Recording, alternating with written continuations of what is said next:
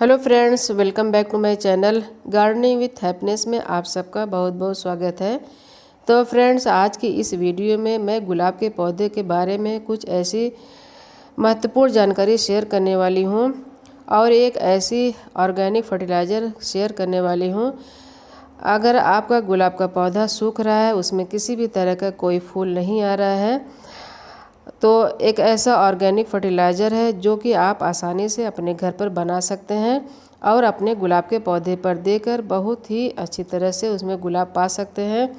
अगर आपके पास गुलाब का पौधा है, उसमें किसी भी तरह का फ्लावरिंग नहीं हो रही है या फिर कलियां नहीं बन रही हैं, गुलाब का पौधा सूख रहा है या तो फिर उसमें पत्तियां पीली हो रही हैं, तो जो फर्टिलाइज़र मैं आपको आगे बताने वाली हूँ उस फर्टिलाइज़र का आप इस्तेमाल करके अपने पौधे पे बहुत ही अच्छी तरह से फ्लावरिंग पा सकते हैं।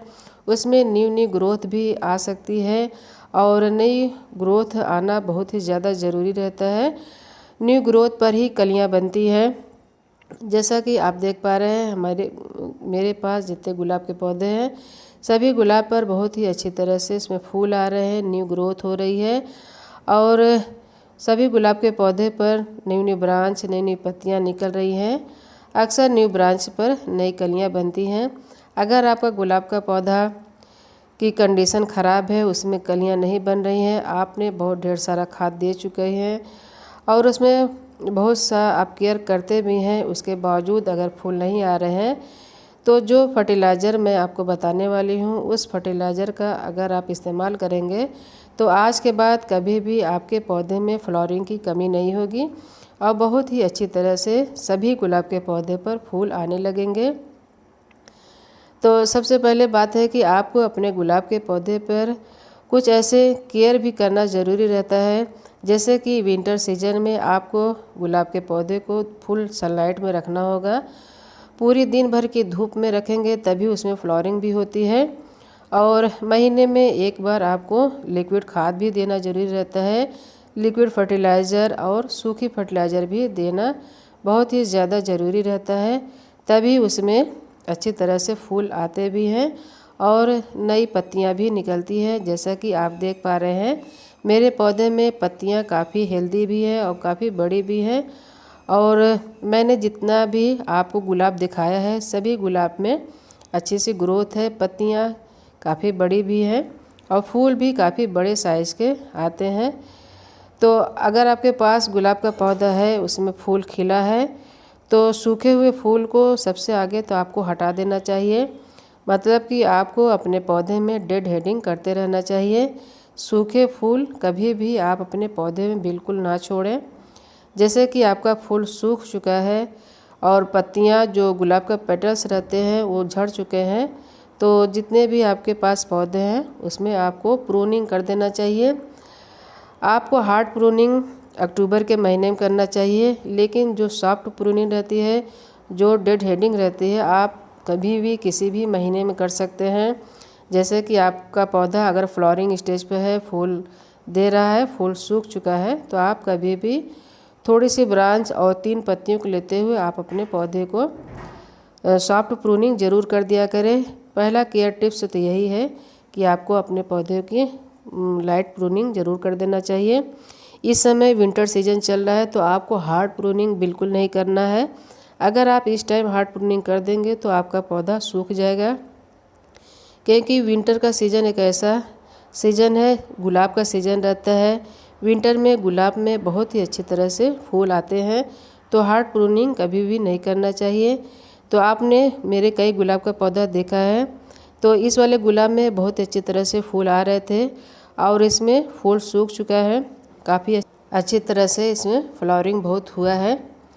तो इसमें कुछ हमें अपने गुलाब के पौधे पर कुछ ऐसे काम करने चाहिए, जैसे कि आप किसी भी महीने में डेड हेडिंग करते रहेंगे, यानी सॉफ्ट प्रूनिंग करते रहेंगे, तो पौधा बहुत ही अच्छी तरह से ग्रोथ पे आ जाता है और नई नई पत्तियाँ, नई नई शाखें निकालने लगता है। तो सबसे पहला काम आपका यही है कि आप अपने पौधे को सॉफ्ट प्रूनिंग करते रहना चाहिए, किसी भी महीने में आप कर सकते हैं। इसके अलावा दोस्तों, आपको अपने विंटर सीजन में पौधे में पानी कम देना है। बहुत ज़्यादा पौधे में पानी नहीं देना है कि आपकी मिट्टी एकदम सौगी बनी रहे। जैसा कि आपको लगे कि ऊपरी लेयर सूख चुका है, तब आप उसमें पानी दे सकते हैं। तो इस तरह से मैं जो काट रही हूँ अपने सूखे फूल को, तो थोड़ी सी ब्रांच लेते हुए 3 पत्तियों के साथ आप अपने पौधे को इस तरह से प्रून कर सकते हैं। सॉफ्ट प्रूनिंग इसी को कहते हैं। हार्ड प्रून इस टाइम आपको बिल्कुल ही नहीं करना है। अगर आप अक्टूबर के महीने में नहीं किए हैं तो इस टाइम भी आपको नहीं करना है। सिर्फ हल्के हल्के ऊपर का जो टिप रहता है, ऊपर की जो ब्रांच रहती है, आप सिर्फ उसी को काट दें। और जिस ब्रांच पे फूल आया है, सूख चुका है, तो उस ब्रांच को भी आप इस तरह से काट सकते हैं।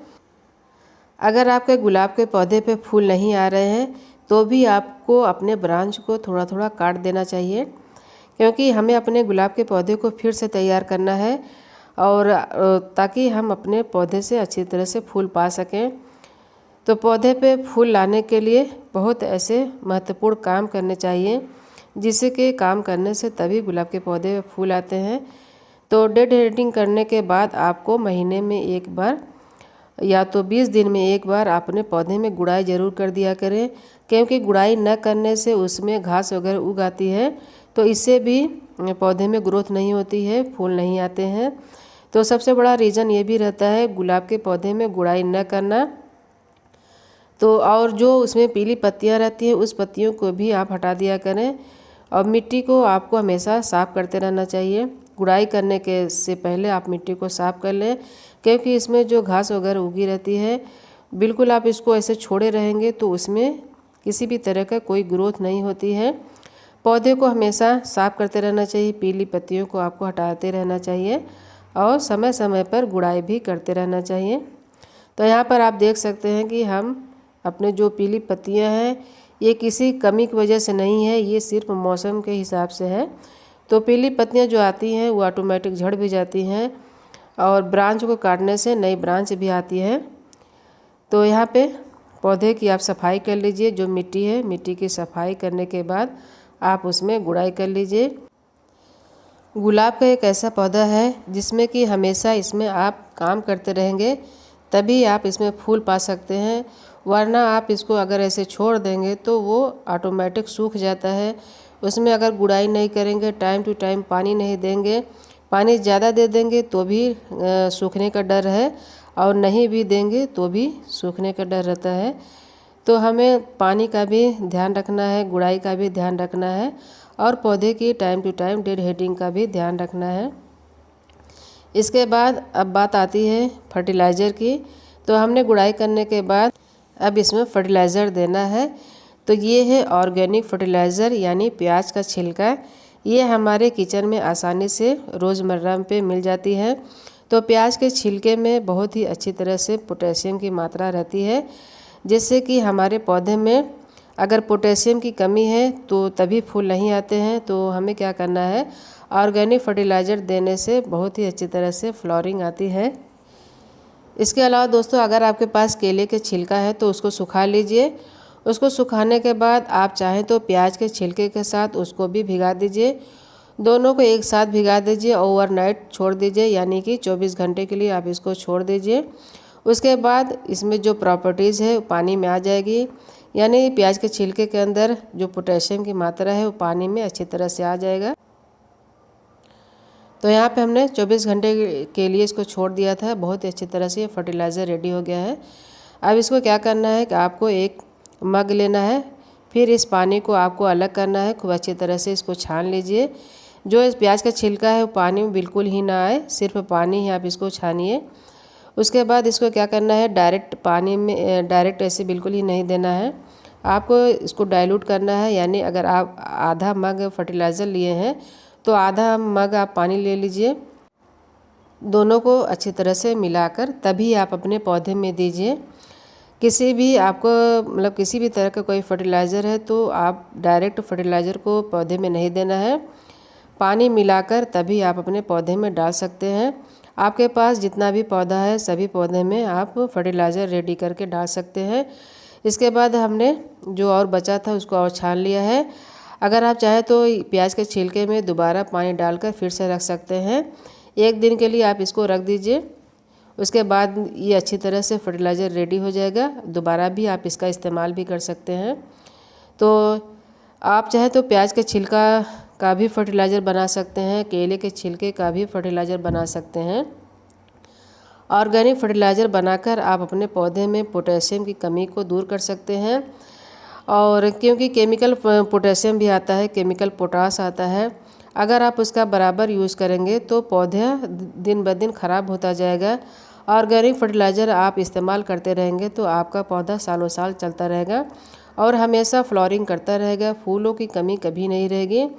और आपको हमेशा जो हमने जानकारी दिया है, जो एक ख़ास जानकारी है आपके गुलाब के पौधे को केयर करने की, आप इस टिप्स को फॉलो करते रहेंगे तो आप देखेंगे आपका पौधा फूलों से हमेशा भरा रहेगा, फूलों की कमी बिल्कुल ही नहीं रहेगी।